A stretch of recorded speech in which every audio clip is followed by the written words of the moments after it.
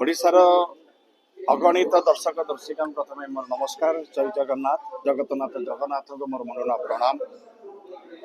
आज कलाकार जो समस्या सब रही आम दीर्घ 4 वर्ष हो सरकार को आम आलोकपात कर आसीचु किंतु कौन समस्या समाधान बाट देखा जाए ना। देखो अनेक ग्लामर विहीन कलाकार जो माने ग्रामीण कलाकार रही आम लोककला जोटा कि आज धीरे धीरे धीरे धीरे लो पाई जावाई बस तेणु ताको केमिति आमे उत्थान करिबा केमिति से कलाकार माने ताको कला परिवेषण करिवे सेति मध्य आयोजन केमिति सरकार द्वारा हो पारिबो। सरकार कौन करि परिबे जदि प्रेक्षालय रही तारे प्रेक्षालय रे ओडिया चलचित्र कहीं स्थान पाउनी।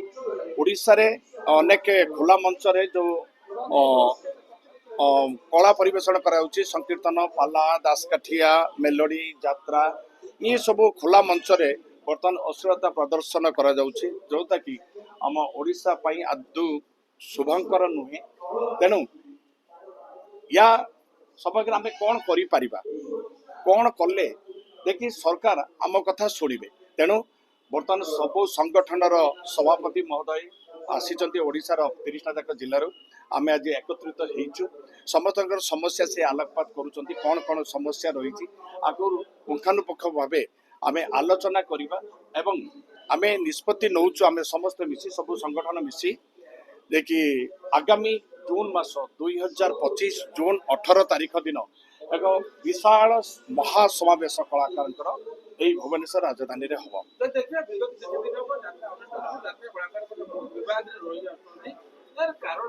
एठी यात्रा केवल नहीं यात्रा जो माने विवाद रे रहउचंती सेमानक तांकर पर्सनल कथा किंतु एठी समूह कथा पड़िछि। आपण समूह क्वेश्चन करंतु जोटा कि हमें प्रत्येक कलार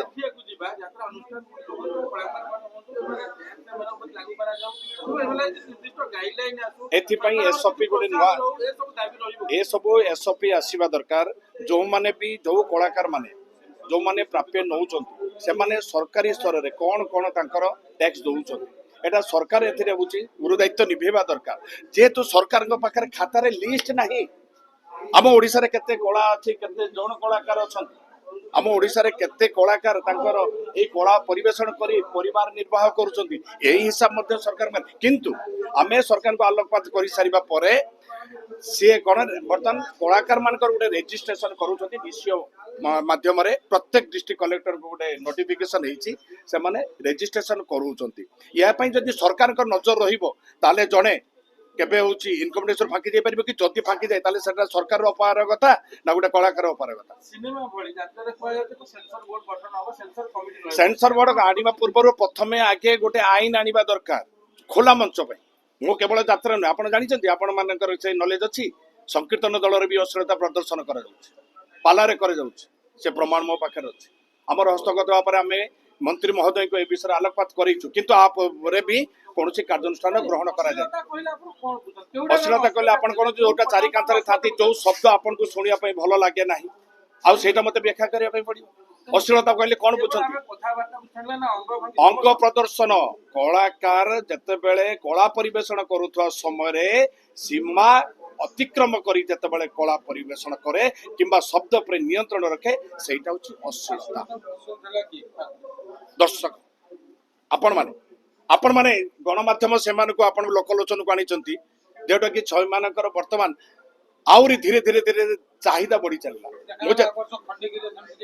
खंडगिरी सेमती किछ हेनी किंतु आज जो प्रसंग उपर आमे आलोचना करूचे एटा केवल होची अश्लीलता नुहे अनेक किछि समस्या रही।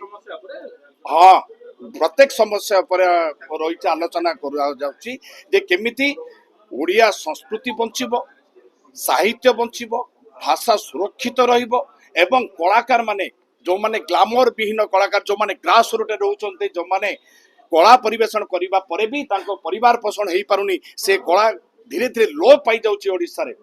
बर्तमान जदि ओडिया भाषा को कहीं जदि बंचै रखि थाए ताले सेटा होची मंच अभिनेता माध्यम रे पाला दासकाठिया को जदि आमे जदि देखिबा संकीर्तन को देखिबा ताले सेटा पुराण को मने पकाउचंती ताले आमे त केही तो भागवत टुंगी रे बर्तमान त केही नाहंती। आपण माने कोन तो केते जण भागवत टुंगी रे बसछंती आपण गां रे केते भागवत टुंगी आपणकर चली तेणु ताकू जदि आमे पुराण को मने पकेबा ताले ଆମକୁ ଏଇ କଳାକାର ମାନଙ୍କ ମଧ୍ୟରେ ସେଗୁଡା ପରିବେଷଣ କରାଯାଉଛି ତା ପ୍ରଚାର ପ୍ରସାର କରାଯାଉଛି ଆଉ ଇଏ ଯେତେବେଳେ ଲୋପ ପାଇଯିବା ପାଇଁ ବସୁଛି ତାହେଲେ ସରକାର ଏଥିରେ ତତ୍ପର ହବା ଉଚିତ ନା ନାହିଁ ତ ଏଇ ସବୁ କ୍ଷେତ୍ର ନେଇକି ଆମେ ଆଜି ଦର୍ଶକ ଗଣମାଧ୍ୟମ ପ୍ରୋତ୍ସାହନ ଦେଲା କିନ୍ତୁ ଲୋକନୃତ୍ୟ ଦଣ୍ଡନାଚରେ ଯୋଉ ପ୍ରକାର ଅଶ୍ଳୀଳତା ବ୍ୟବହାର କରାଯାଏ ତାହା ପ୍ରତି କି ପ୍ରୋତ୍ସାହନ ଦଉଛି ତା ପାଇଁ ସରକାର ଆ ପରେ ଗୋଟେ ଆଇନ ଆଣିବାର ଅଛି ଯୋଉ ଆଇନ ଆସିବ ସେ ଆଇନକୁ ସେମାନେ ମାନିବା ପାଇଁ ବାଧ୍ୟ ଯଦି ନ ମାନନ୍ତି ଯଦି ଉଲ୍ଲଂଘନ କରନ୍ତି ତାହେଲେ ତାଙ୍କ ଉପରେ କାର୍ଯ୍ୟାନୁଷ୍ଠାନ ଗ୍ରହଣ କରାଯାଉ ଦ୍ୟାଟ୍ ଇଜ ଆୱାରନେସ୍ ଯଦି ତାଙ୍କେ ସଚେତନ ହେବେ କେମିତି ଆଜ୍ଞା ଅଶୋଭନୀୟତା ଅଶ୍ଳୀଳତା ପାଇଁ ସରକାର ଦାୟୀ। ଆଇନ ପାଇଁ ଯଦି ଆଇନ ଉଲ୍ଲଂଘନ କରୁଛନ୍ତି ତାଙ୍କ ଉପରେ କାର୍ଯ୍ୟାନୁଷ୍ଠାନ ଗ୍ରହଣ କରାଯାଉନି ତାହେଲେ ସ୍ଥାନୀୟ ପ୍ରଶାସନ ହିଁ ଦାୟୀ